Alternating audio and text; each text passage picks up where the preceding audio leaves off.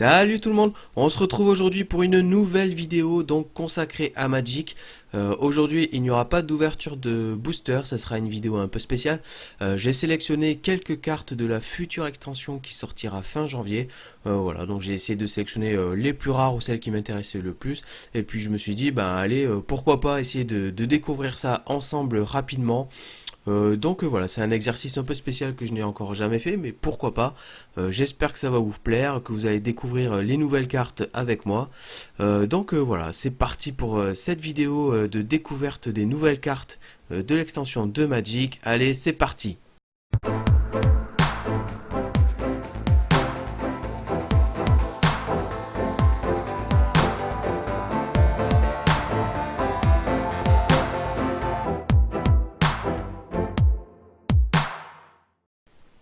Allez, on se retrouve donc pour découvrir ces nouvelles cartes de l'extension de Magic. Peut-être que vous le savez déjà, ils ont refait le design des cartes terrain en quelque chose de plus moderne, on pourrait dire. Allez, on commence tout de suite donc avec la carte pleine. Voilà, regardez un peu le genre de carte, à quoi va ressembler les terrains de base. Donc là, on passe donc au terrain de base qui est une île avec un beau bleu. Franchement, c'est super beau. La carte marée, donc avec la tête de mort en plein milieu, toujours aussi classe. La carte montagne, terrain de base en feu, en rouge feu. Et donc pour terminer sur ces terrains, donc voici la carte forêt. Vraiment, dites-moi ce que vous en pensez parce que moi je trouve ça vraiment super beau. On continue donc avec la découverte des premières cartes créatures. Donc ça sera Nilea, œil perçant. Donc pour 4, une créature enchantement légendaire dieu, donc carte mythique, avec 5 et 6 en force et en endurance. Donc c'est une carte qui est indestructible.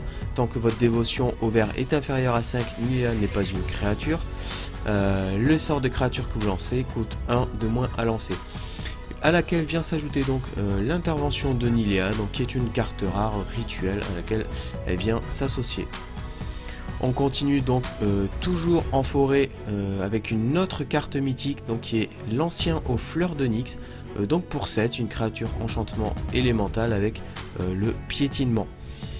Pour finir donc dans les créatures forêt, on a donc le manteau du loup. Donc pour 4, qui est un enchantement aura en carte rare. Enchanté créature, les créatures enchantées gagnent plus 4, plus 4. Voilà donc pour les cartes forêt. On enchaîne donc avec les cartes montagne. Donc la première est une carte mythique, Purphoros sans de bronze, pardon. Donc pour 5, une créature enchantement légendaire, donc qui est un dieu, indestructible. Tant que votre dévotion au rouge est inférieure à 5, Purphoros n'est pas une créature. On vient ajouter à cette carte l'intervention de Purphoros qui est une carte rituelle en carte rare. Voilà pour ces deux cartes montagne feu. Voici donc la première carte marée, donc Timaré élu parmi les morts. Donc voilà, c'est là que je voulais vous la montrer. C'est une carte Inco, donc pour 2, une créature enchantement légendaire demi-dieu. Voilà, je l'ai mise là parce qu'elle est vraiment très très belle. J'aime beaucoup son design. Ensuite, on a donc toujours en marée donc un dieu, donc une carte mythique, Erebos, cœur lugubre. Donc pour 4, créature enchantement légendaire dieu, donc une 5-6 comme la première carte dieu qu'on a vue en forêt. Indestructible, tant que votre dévotion au noir est inférieure à 5, Erebos n'est pas une créature. On vient donc ajouter l'intervention d'Erebos, donc qui est une carte éphémère en rare. Donc regardez vraiment, le design est très très beau. Je trouve qu'ils ont vraiment fait un effort sur cette extension. La première carte heal, donc Calaf, bien aimé des mers, donc pour 3, qui est une carte Unco, créature enchantement légendaire demi-dieu. La force de Calaf est égale à votre dévotion en bleu. Donc voilà, donc je vous ai dit, hein, je sélectionne vraiment certaines cartes de cette extension. Donc on continue avec une carte rare donc, qui est le Kraken de Nadir. Donc pour 3, une 2-3 créature Kraken. À chaque fois que vous piochez une carte, vous pouvez payer 1. Si vous faites ainsi, mettez un marqueur +1/+1 sur le Kraken du Nadir et créez un jeton de créature 1-1 bleu tentacule. Donc voilà, ça me paraît plutôt intéressant. On enchaîne avec Tassa Bathréenne, donc qui est une carte mythique, créature enchantement légendaire. Donc c'est un dieu indestructible hein, comme les autres cartes dieux, 6 et 5 en force et en endurance. Allez, on continue donc pour la première carte Planewalker de type Plaine. Donc c'est un Planeswalker légendaire, donc regardez-moi ça, c'est Elspeth en carte mythique, donc pour 4. Elle est vraiment super belle, regardez son bâton, on a l'impression qu'elle va sortir de la carte. Vraiment c'est super beau. Donc -1, jusqu'à 2 créatures ciblées que vous contrôlez gagnent chacune +2/+1 jusqu'à la fin du tour. -2, créez 2 jetons de créatures 1/1 blanche, humain et soldat.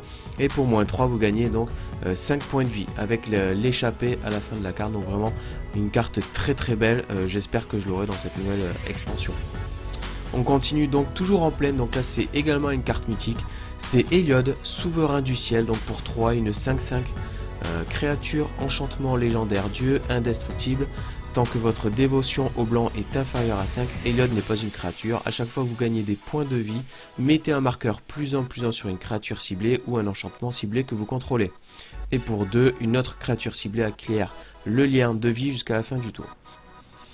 À laquelle vient s'associer donc Intervention d'Heliod, donc voilà, qui est une carte rare éphémère. Choisissez l'un, détruisez X artefacts et ou enchantements ciblés. Le joueur ciblé gagne 2 fois X points de vie. Voilà pour les premières cartes pleines. On continue donc avec des artefacts. Ombre Lance pour 1, qui est un artefact légendaire équipement. Donc une carte rare. Si vous voyez bien le dessin, ça correspond donc au Planewalker qu'on a vu tout à l'heure, dont le bâton. Donc la créature équipée gagne +1/+1 et a le piétinement et le lien de vie. Et pour 1, les permanents que vos adversaires contrôlent perdent la défense talismanique et l'indestructibilité jusqu'à la fin du tour. En deuxième artefact, donc j'ai sélectionné une carte rare, donc le Lotus de Nyx pour 4. Vraiment cette carte, j'espère vraiment l'avoir. Le Lotus de Nyx arrive sur le champ de bataille engagé. Choisissez une couleur, ajoutez une quantité de mana de cette couleur égale à votre dévotion à cette couleur. Vraiment j'aime beaucoup cette carte, j'espère vraiment que je l'aurai. En plus d'être vraiment belle, je pense qu'elle est vraiment efficace en jeu. Donc voilà, on va espérer l'avoir dans cette extension. Alors la première carte multicolore, vraiment celle-là je tenais à la mettre parce que je sais pas vous, mais moi elle me fait penser au lion du monde de Narnia, Aslan. Vraiment on dirait que c'est inspiré, limite que c'est fait exprès. Donc c'est une carte multicolore, lion bronze peau, donc pour 2, une 3/3 créature chat. Voilà, donc je la trouvais très belle et puis comme elle me faisait penser au film, je me suis dit tiens je vais vous la montrer parce que je trouve ça vraiment chouette. Donc voilà pour cette première carte multicolore. On continue donc avec une deuxième carte multicolore qui est une créature légendaire zombie et hydre en mythique. Donc Polukranos libéré pour 4. Polukranos arrive sur le champ de bataille avec 6 marqueurs +1/+1 sur lui.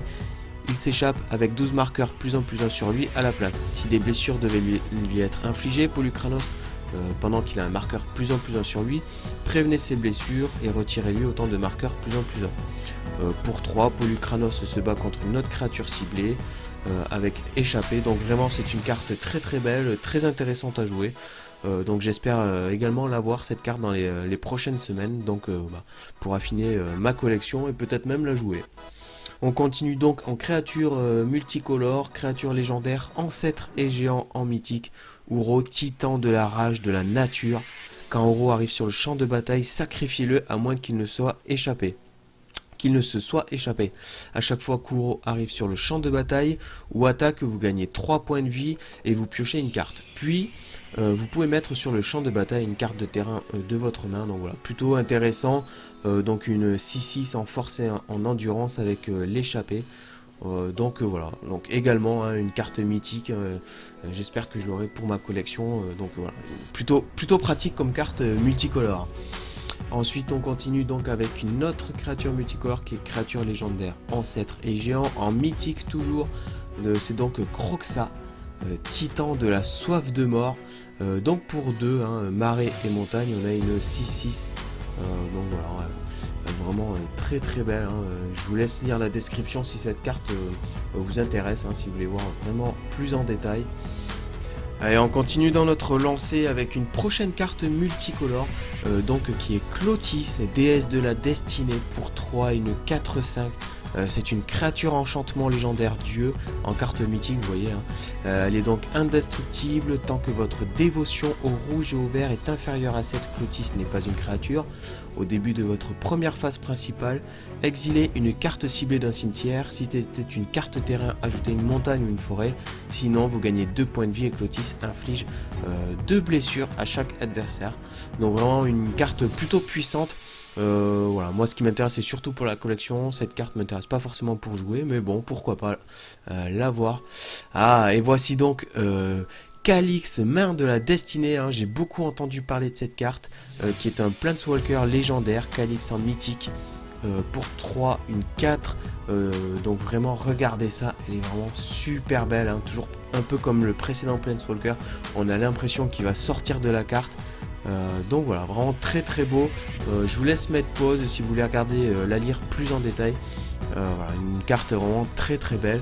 Et donc on va terminer avec cette carte en multicolore, donc qui est Ashiok, Muse des cauchemars, un Planeswalker légendaire également en mythique. Donc voilà, on va finir sur cette belle carte, hein. Regardez-moi ce design, c'est vraiment magnifique, de belles couleurs. Donc voilà pour le passage en revue de ces nouvelles cartes de la prochaine extension de Magic qui, je le rappelle, sortira fin janvier. J'espère que ça vous a plu, que vous avez découvert des choses. Moi j'ai vraiment pris beaucoup de plaisir à faire cette vidéo et puis donc à sélectionner et trouver ces belles cartes. Enfin je sais pas vous, mais moi j'ai hâte que cette extension arrive parce que vraiment j'ai hâte d'avoir tous ces boosters et ces cartes entre les mains pour affiner cette collection. Donc voilà, j'espère que ça vous a plu, n'hésitez pas à vous abonner, à mettre un petit pouce bleu. Je vous rappelle qu'une page Instagram existe, vous retrouverez tout ça dans la description. En attendant, n'hésitez pas à me faire part de vos avis et de vos suggestions. Et puis sinon, on se retrouve pour une prochaine vidéo. Allez, bye bye!